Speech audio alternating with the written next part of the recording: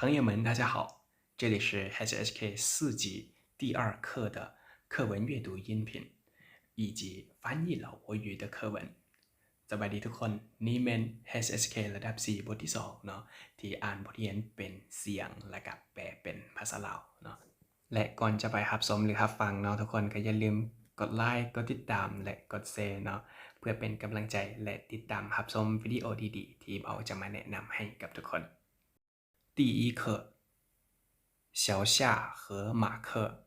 聊马克的中国朋友。来中国快1年了，你适应这儿的生活了吗？开始有点不习惯，后来就慢慢适应了。最近我还交了一个中国朋友。那就好，快给我讲讲你新交的中国朋友。我们是在图书馆认识的，平时我们常常一起看书、逛街、踢足球，有时候他还给我发一些幽默短信。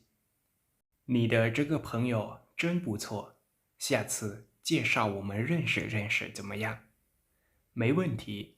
我们下午要去踢足球，正好一起去吧。แปลภาษาลาวบทเรียนที่1เซียวซ่ากับมาเคอร์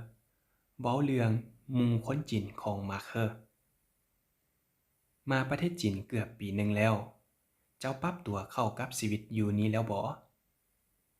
ตอนเริ่มใหม่ก็บ่ลึงเคยปานใด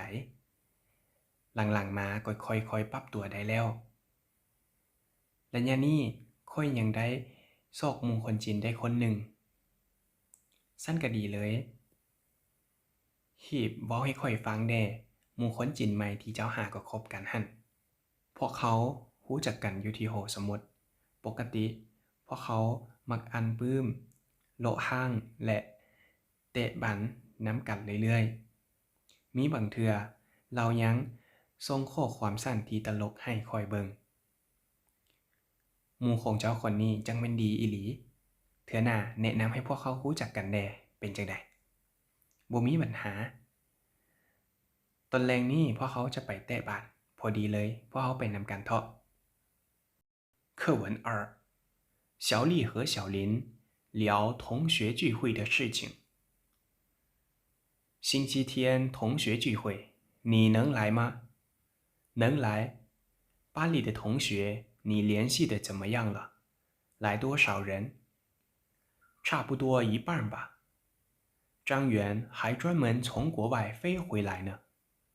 是吗？毕业都快10年了，真想大家啊。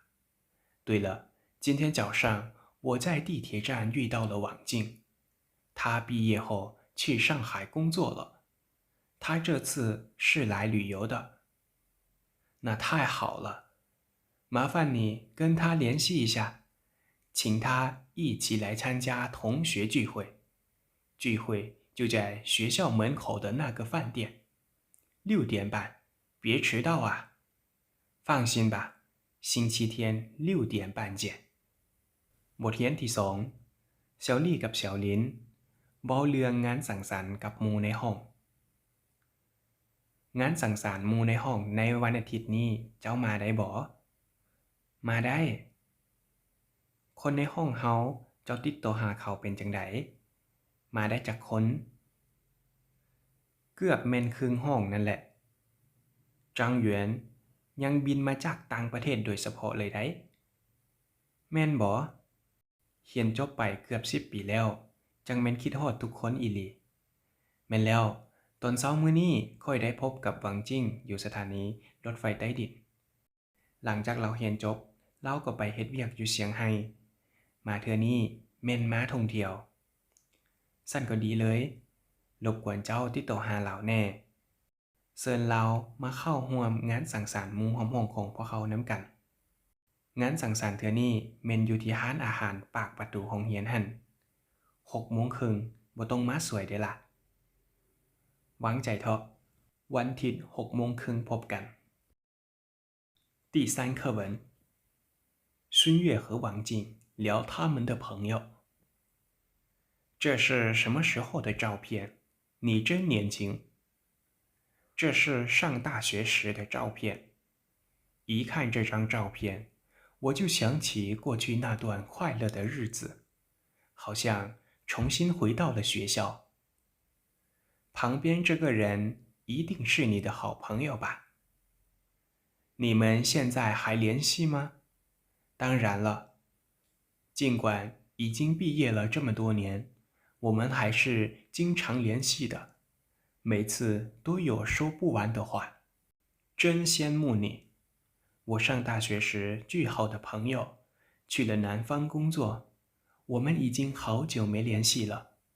我一会儿就给他打个电话。对，要知道，能有一个真正的朋友，有一段真正的友谊，是多么不容易。บทเรียนที่3ซุนเย่กับหวังจิงเว้าเรื่องหมู่ของพวกเขานี่แม่นรูปภาพตนใดเจ้าจังแม่นหยังหนุ่มเอาแท้นี่แม่นรูปภาพตอนที่พวกเขาเข้ามหาวิทยาลัยเบิ่งรูปภาพนี้ยามใดก็คิดฮอดวันเวลาที่มีความสุขตนนั้นขึ้นมาทันทีเหมือนกับว่าได้กลับขึ้นไปโรงเรียนอีกครั้งผู้ที่ยืนอยู่ทางข้างน่าจะแม่นหมู่ที่ดีที่สุดของเจ้าแม่นบ่พวกเจ้ายังติดต่อหากันอยู่วะแน่นอนอยู่แล้วถึงแม้ว่าพวกเขาจบการศึกษาไปแล้วหลายปีแต่พวกเขาก็ยังติดต่อหากันอยู่เรื่อยๆทุกเทื่อก็มีเรื่องที่เว้าบ่หมดจักเทื่ออิจฉาเจ้าแท้ๆหมู่ที่ดีที่สุดตอนค่อยเข้ามหาวิทยาลัยเราไปเฮ็ดเวียกอยู่ภาคใต้แล้วพวกเขาบ่ได้ติดต่อหากันโดนเติบแล้วจักหน่อยค่อยก็โทรหาเราก่อนแม่นแล้วต้องเข้าใจว่าสามารถมีหมู่คนหนึ่งที่จริงใจและมีมิตรภาพหนึ่งที่แท้จริงนั้นมันเป็นเรื่องที่บ่ง่ายเลย第4课文短文每个人都需要朋友朋友可以丰富我们的生活离开朋友我们的生活一定会非常无聊那么怎么才能交到更多的朋友呢？当然，要有好脾气。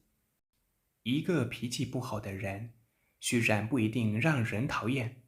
但是却很难跟人交朋友。因为没有人会喜欢跟一个总是容易生气的人在一起。我们还经常跟周围的人交流，交流能让人们互相了解。如果有共同的兴趣、爱好或者习惯，就更容易成为朋友。บทเรียนที่4บทความสั้นทุกๆคนก็ล้วนแต่ต้องการหมู่เพื่อนหมู่เพื่อนสามารถเติมเต็มสีสันให้กับชีวิตของพวกเขาได้ถ้าห่างจากหมู่เพื่อนชีวิตของพวกเขาก็จะน่าเบื่อที่สุดแบบนี้เฮ็ดแนวใดจึงสามารถคบหมู่เพื่อนได้หลายยิ่งขึ้นแน่นอนก็ต้องมีอารมณ์ที่ดีคนที่อารมณ์บ่ดีคนหนึ่งถึงแม้นว่าจะบ่เฮ็ดให้ผู้อื่นรำคาญแต่ก็ยากที่จะคบเป็นหมู่เพื่อนกับคนอื่นได้เพราะว่าบ่มีไผมักอยู่กับคนที่มักเครียดง่ายเรื่อยๆเพราะเขายังจะต้องได้คบค้าสมาคมกับคนที่อยู่อ้อมข้างเพราะว่าการแลกเปลี่ยนคบค้าสมาคมเฮ็ดให้พวกเขาเข้าใจซึ่งกันและกันถ้าหากว่ามีสิ่งที่มักมีงานอดิเรกและความคุ้นเคยที่คล้ายคือกันก็ยิ่งจะเฮ็ดให้เป็นหมู่เพื่อนกันได้ง่ายยิ่งขึ้น第5课短文人的一生可以什么也没有但不能没有朋友而且必须要有自己真正的朋友什么是真正的朋友不同的人会有不同的理解有些人觉得朋友就是能和自己一起快乐的人有些人觉得朋友就像镜子能帮自己看到缺点而且我的理解当你遇到困难的时候真正的朋友会站出来及时给你帮助